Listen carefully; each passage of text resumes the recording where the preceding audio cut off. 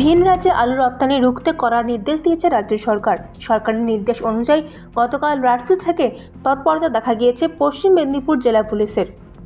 জানা গিয়েছে, পশ্চিম মেদিনীপুর জেলা পুলিশের তরফে গতকাল রাত থেকে আজ সকাল পর্যন্ত বেলদার শ্যামপুরা জাতীয় সড়ক এবং দাঁতনের বামুনপুকুর জাতীয় সড়কের পুলিশের চেকপোস্টে উড়িষ্যাগামী আলু দাঁড় করিয়ে একের পর এক গাড়িকে ঘুরিয়ে দেওয়া হচ্ছে।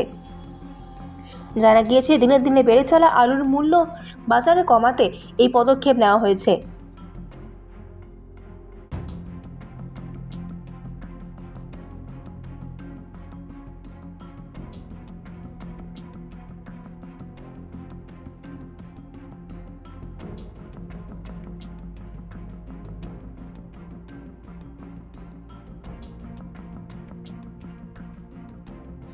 পশ্চিম মেদিনীপুর থেকে নিজস্ব প্রতিনিধির রিপোর্ট, এএনএম নিউজ।